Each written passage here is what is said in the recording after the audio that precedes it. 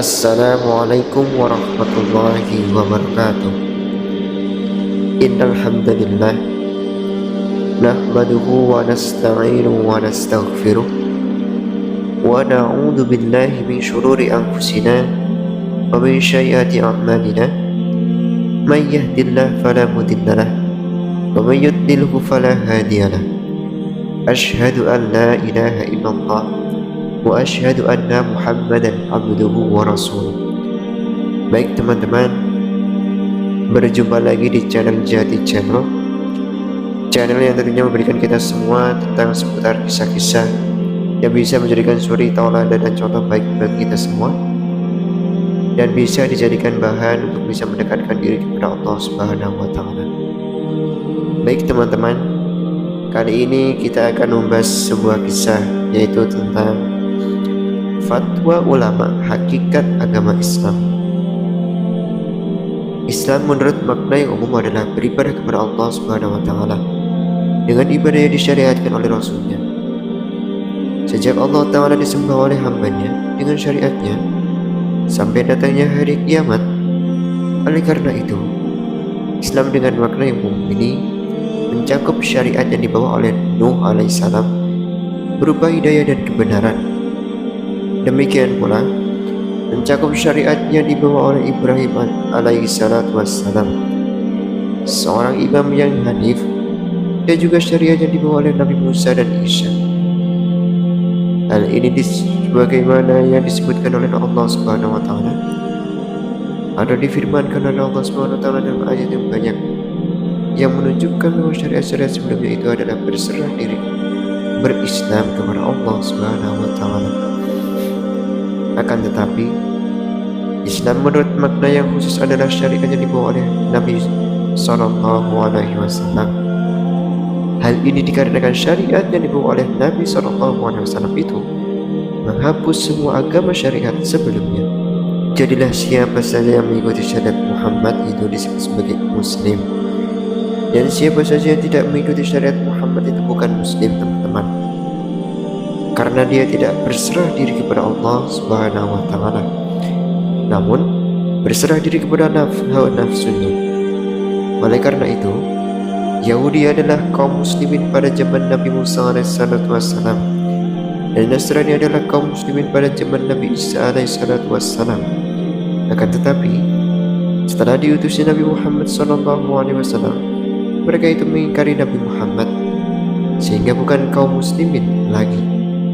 Oleh karena itu, tidak boleh bagi siapapun untuk meyakini bahwa agama Yahudi dan Nasrani yang mereka ikuti, mereka yakini pada saat ini adalah agama yang benar, yang diterima di sisi Allah Subhanahu wa Ta'ala, dan sama dengan agama Islam yang dibawa oleh Nabi Muhammad sallallahu alaihi wasallam.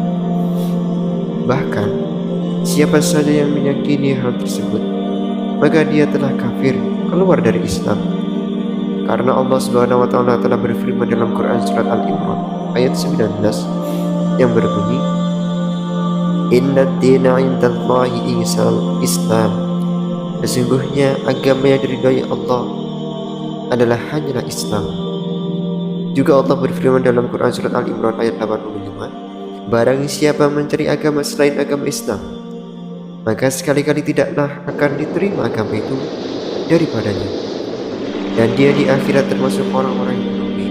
Inilah Islam yang disyariatkan oleh Allah Subhanahu wa Ta'ala, yaitu Islam yang Allah Ta'ala berikan nikmat Islam tersebut kepada Nabi Muhammad dan umatnya, sebagaimana firman Allah Subhanahu wa Ta'ala dalam Quran surat Al-Maidah ayat 3 yang berbunyi, pada hari ini telah aku sempurnakan untuk kamu agamamu, dan telah aku cukupkan kepadamu nikmatku, dan telah aku ridhoi Islam itu menjadi agama bagimu. Quran surat Al-Maidah ayat 3. Ini adalah dalil yang sangat jelas bahwa selain umat ini, setelah diutusnya Nabi Muhammad SAW, teman-teman, mereka tidaklah di atas agama Islam. Berdasarkan hal itu, siapa saja memilih agama selain Islam, maka agama tersebut tidak akan diterima dan tidak akan memberikan manfaat pada hari kiamat kelak. Tidak halal atau tidak boleh bagi kita untuk membuat ungkapan bahwa agama mereka itu agama yang lurus. Oleh karena itu, sungguh keliru dengan kekeliruan yang besar bagi siapa saja yang menyebut kaum Yahudi dan Nasrani sebagai saudara kita, atau mengatakan bahwa agama mereka saat ini masih ada diakui berdasarkan penjelasan kami sebelumnya.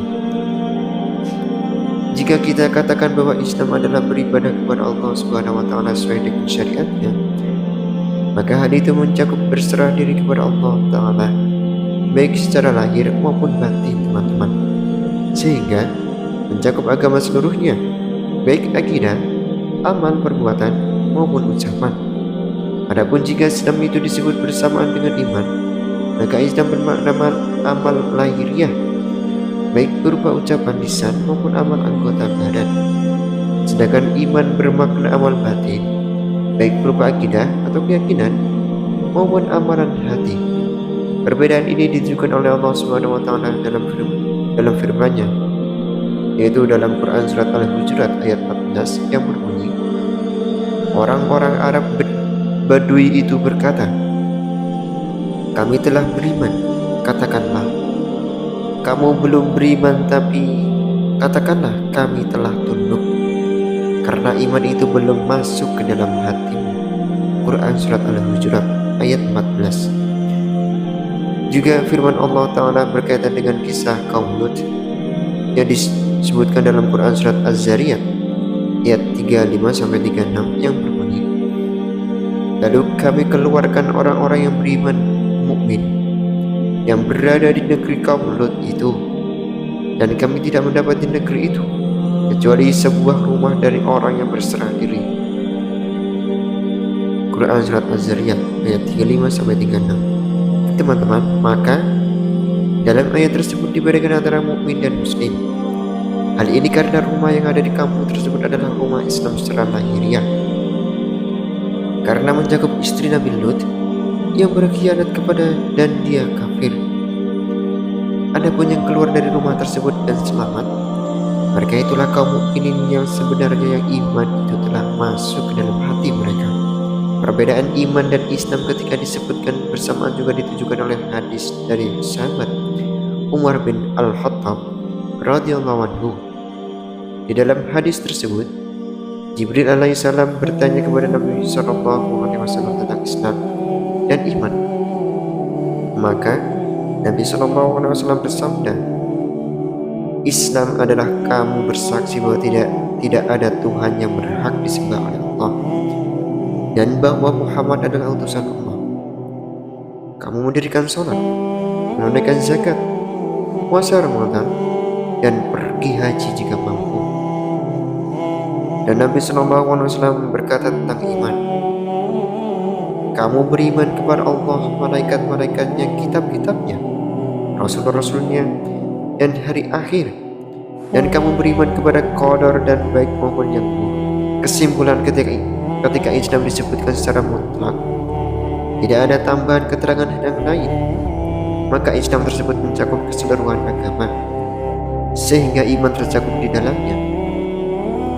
Adapun jika disebutkan bersamaan dengan iman, maka Islam dimaknai sebagai amal lahiriah berupa ucapan lisan dan amal anggota badan, dan iman dimaknai sebagai amal batin berupa keyakinan dalam hati dan amalan hati. Wallahu a'lam bishawab.